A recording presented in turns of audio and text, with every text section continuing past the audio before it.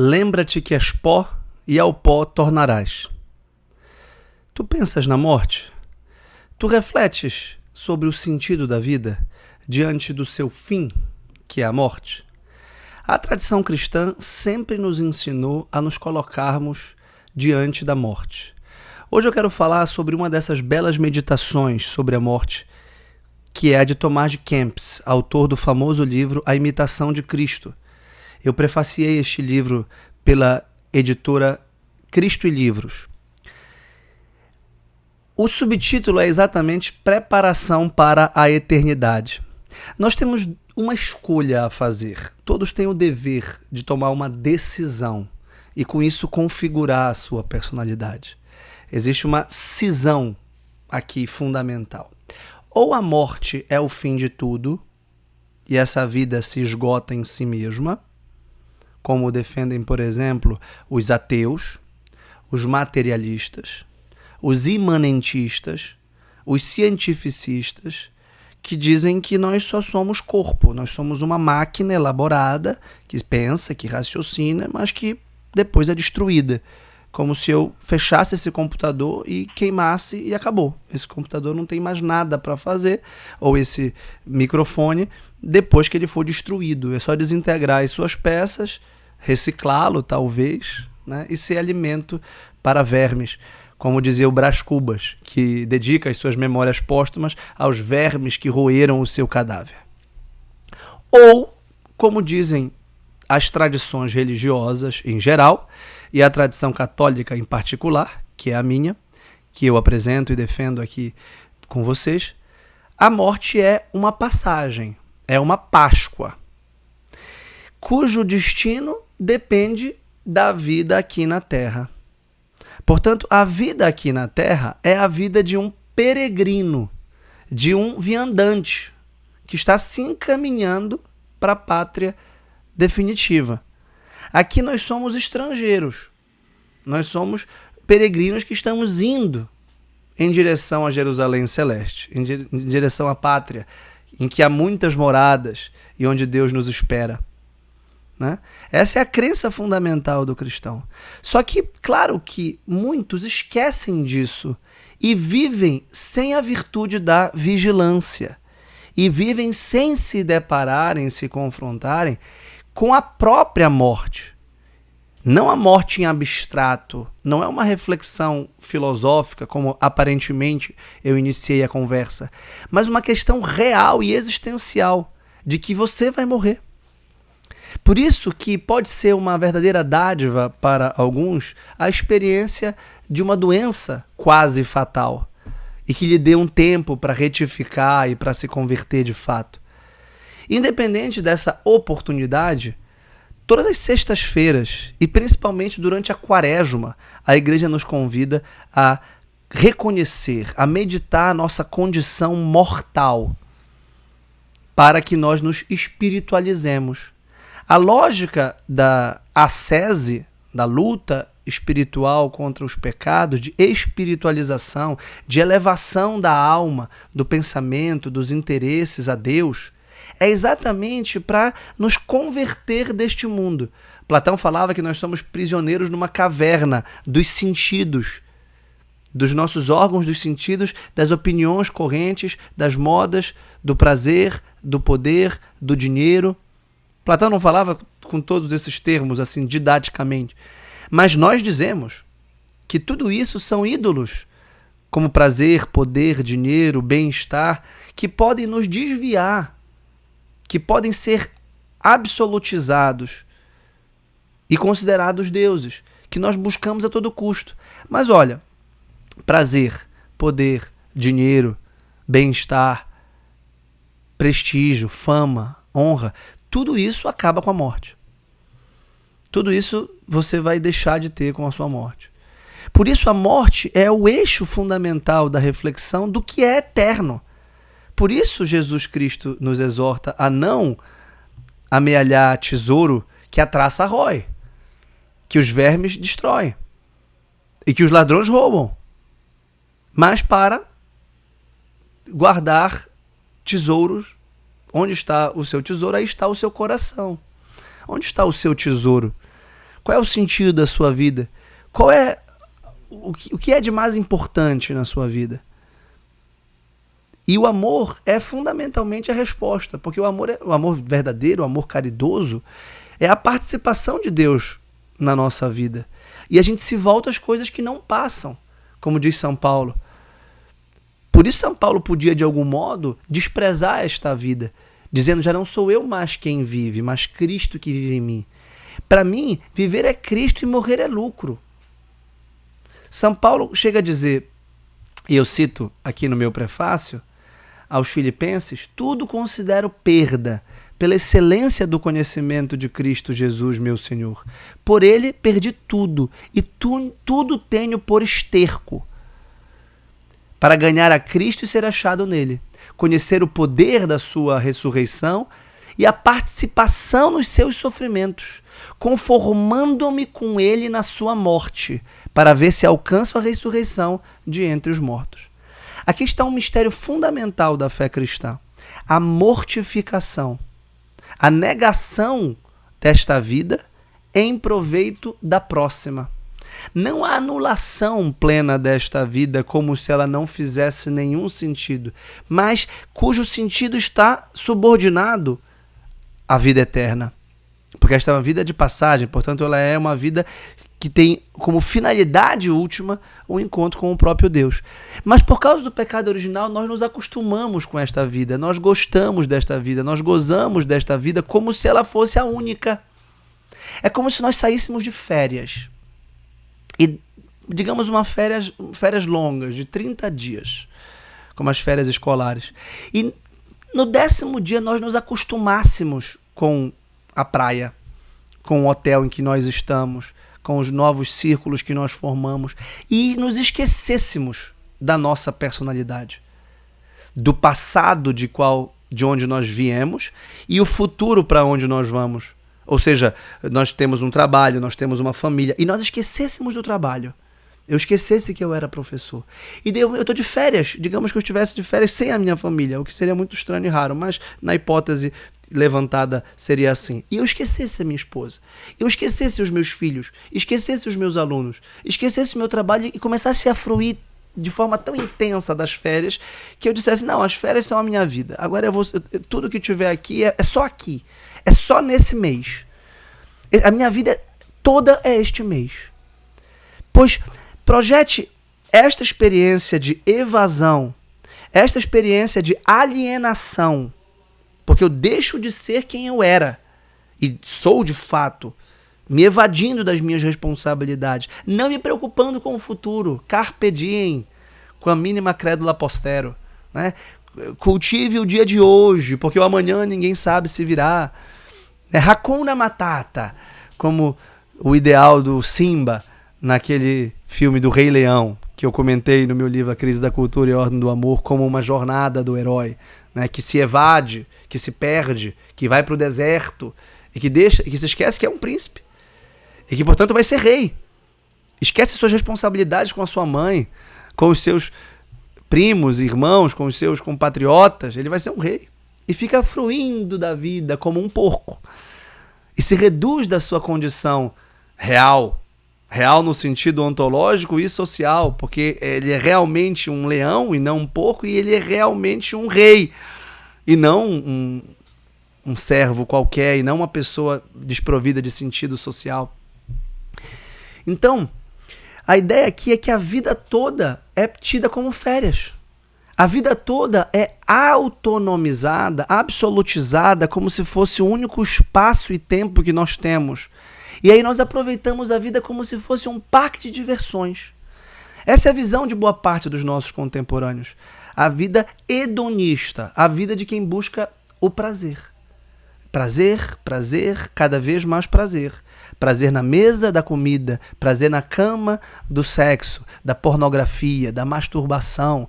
Nós temos refletido em alguns vídeos aqui sobre essa absolutização e divinização do sexo. Temos até uma sacerdotisa que o defende de forma absolutizada, que é a Madonna, como nós vimos recentemente, uma semideusa que veio libertar a libido sexual das amarras da religião. E por isso precisa profanar a religião.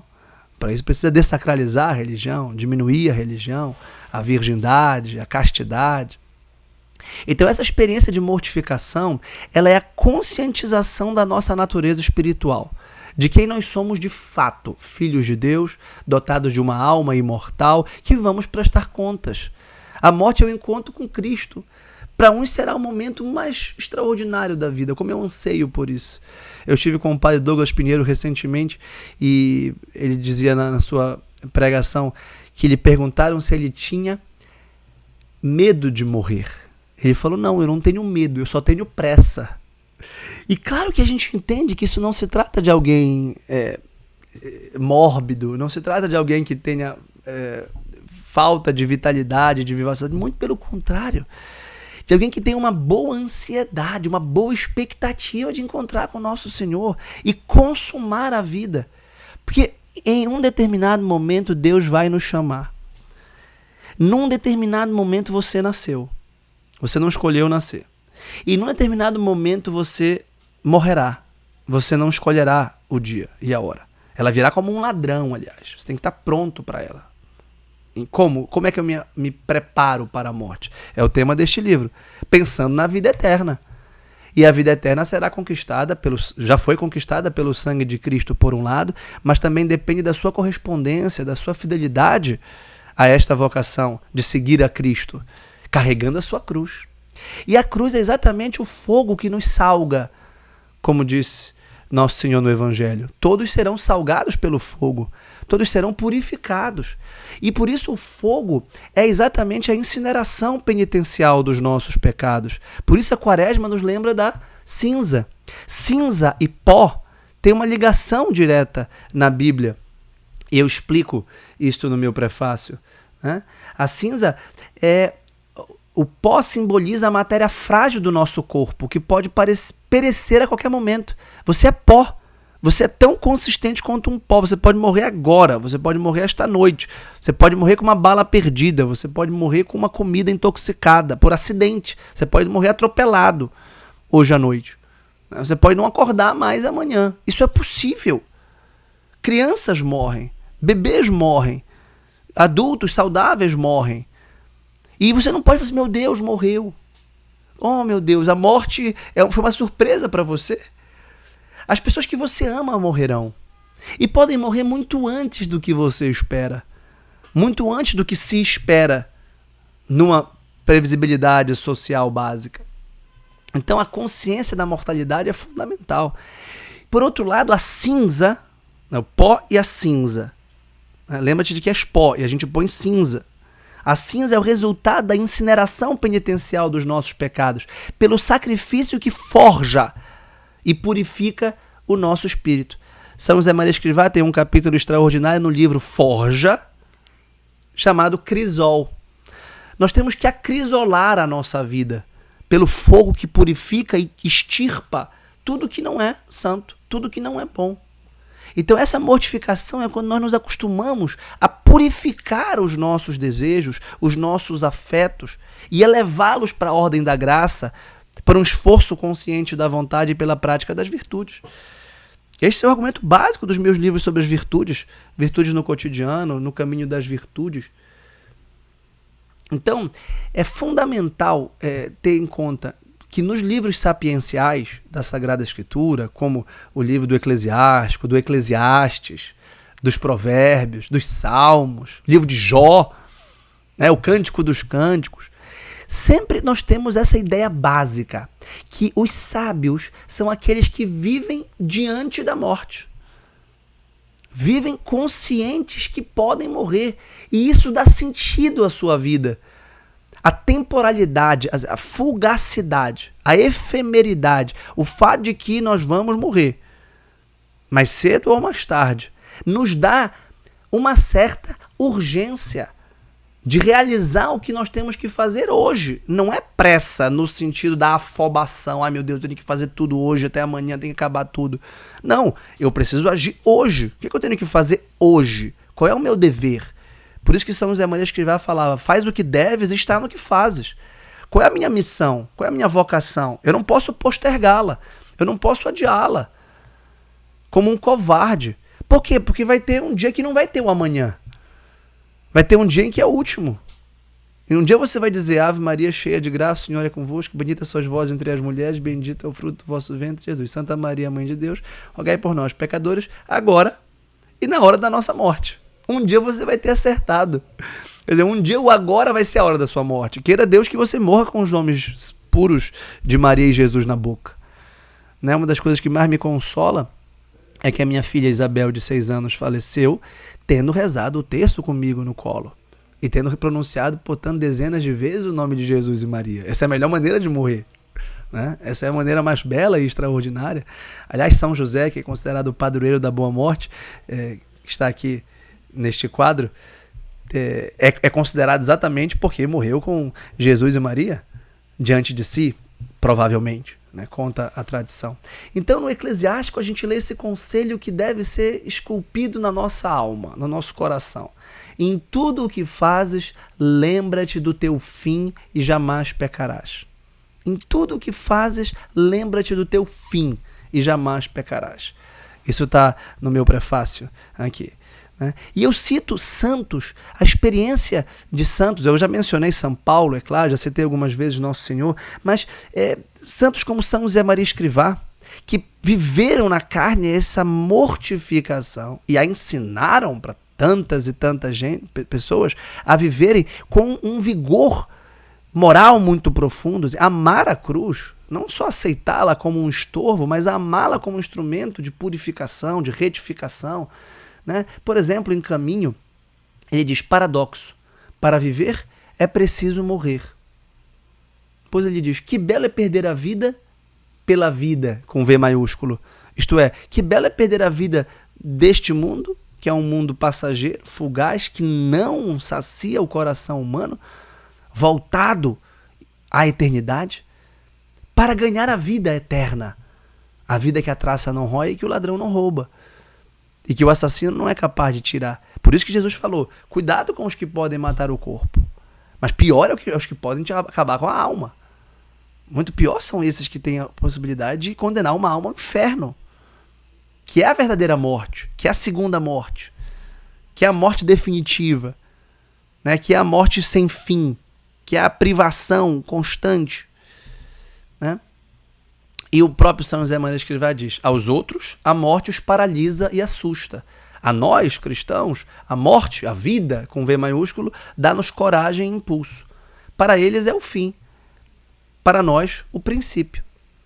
Ora, é exatamente isso que este autor espiritual tão importante, dos mais importantes, Tomás de Kempis, tanto no A Imitação de Cristo, que é um dos clássicos maiores da nossa tradição espiritual, como neste Meditação sobre a Morte, Preparação para a Eternidade, reforçam com tanta eloquência. E aqui eu colecionei uma passagem da glosa de Santa Teresa de Jesus, grande mestra de oração e muito importante para mim, que está no meu clube de leitura também. Lá no céu definitiva é que a vida é verdadeira. Durante esta passageira não a goza a alma cativa. Morte não sejas esquiva, mata-me para eu viver, que morro de não morrer. Ou seja, alguém que de algum modo almeja a morte, porque se sente morta aqui. Porque aqui é uma morte, na verdade, para o coração cheio de Deus, para o coração que busca a eternidade, para o coração que não se contenta com este mundo. Vejam, não se trata, como achava Nietzsche, de um niilismo. O Nietzsche achava que o cristianismo era uma negação e um esvaziamento deste mundo. Porque não entendeu nada, não entendeu o que é o cristianismo, porque infelizmente não conviveu com um santo, porque não conviveu com um mestre espiritual de verdade, porque não entendeu a Escritura, não entendeu a mensagem de Jesus Cristo. Antes viveu num mundo decadente, de um cristianismo fraco, decaído, em franco declínio e com pessoas hipócritas, com pessoas fracas, com uma sociedade realmente farisaica, sem vibração apostólica e sem fé mesmo. Porque não se trata de um niilismo. O cristianismo não é um niilismo, não é uma negação deste mundo, mas um redimensionamento deste mundo em vistas do vindouro, do próximo, do mundo eterno. Então eu sugiro que vocês reflitam sobre a morte, né? Que vocês não tenham medo da morte, isso é óbvio, né? E a primeira coisa que acontece quando a gente passa a refletir sobre a morte é deixar de temê-la. E só tem a morte quem está apegado a esta vida. E a primeira coisa que a sabedoria nos ensina a fazer é se desapegar desta vida. Né? Se você perder as coisas que você mais ama nesta vida e sofrer e se desesperar, é porque você está apegado. Agora, se você começar a perder as coisas desta vida, né, você sente que, bem, mas essa vida aqui não é quase nada. Você sofre muito menos, porque você colocou o seu coração onde a traça não rói. Eu enfrento a dor profunda da perda da minha filha com serenidade, porque eu sei que ela não morreu. Ela está me esperando no céu e eu quero conquistá-lo. Eu tenho fé, muita fé que um dia estarei gozando das maravilhas de Deus, junto com ela e com Nossa Senhora. Que isso não tarde, pode demorar mais alguns anos, mais algumas décadas, o quanto Deus quiser. Eu vou ter paciência, fortaleza e vou ter esperança, principalmente esperança, que é a virtude fundamental que nós estamos tratando. Lidar com a morte a partir da virtude da esperança, de que Nosso Senhor vai nos acolher no dia da morte. E Nossa Senhora vai nos ajudar, é claro, a Rainha da Boa Morte. Né? Um livro como esse nos ajuda a ter essa experiência. E vejam, isso aqui, pessoal, é uma experiência. Não é uma aula que vai ensiná-los, ou uma palestra, uma formação, uma pregação, que vai ensiná-los a viver diante da morte. Isso é uma experiência espiritual que a vida de oração nos apresenta. Estar diante da morte é, de algum modo, estar diante de Cristo, com quem nós estaremos plenamente no dia deste encontro pascal que é a morte. Muito obrigado. Não deixem de se inscrever e compartilhar o vídeo, comentar os temas que vocês gostariam de ver neste canal, ativar as notificações e até a próxima. Um grande abraço.